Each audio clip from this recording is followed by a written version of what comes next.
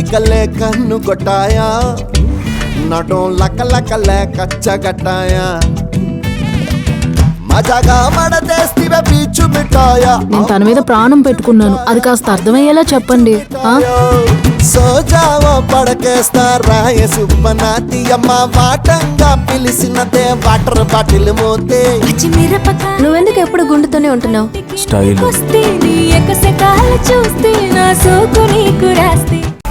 పాపం తనకేమీ తెలీదు.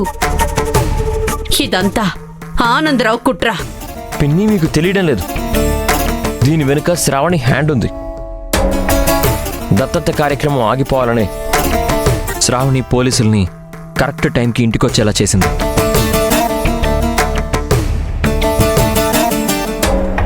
పోలీసులు ఇంకొంచెం ముందొచ్చుంటే తను అనుకున్నట్టుగానే జరిగేది. సరే, జరిగిందేదో జరిగిపోయింది. నువ్వు తొందరపడి శ్రావణిని ఎందుకు బయటికి పంపించేశావు? తన తప్పు తనకి తెలిసి రావాలనే పంపించేశాను.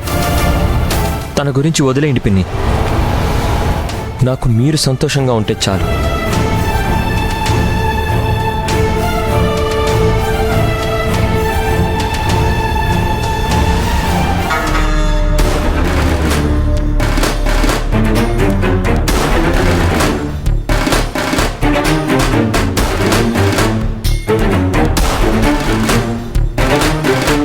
విశ్వ, తీసుకో.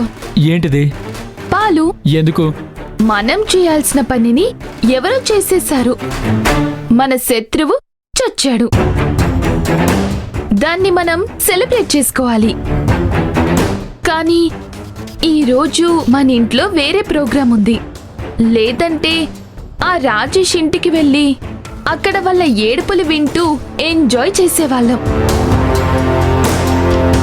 విశ్వ, ఈరోజు మనకు స్పెషల్ డే. నిన్ను దత్తత తీసుకోవడం, మా అక్కని ఇంట్లో నుండి గెంటేయడం, ఎన్ని అద్భుతాలు జరుగుతున్నాయి.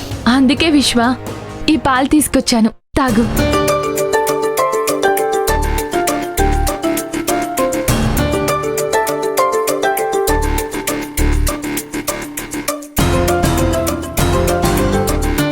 విశ్వ, అత్తయ్యతో పాటు నువ్వు బయటికి వెళ్ళావు.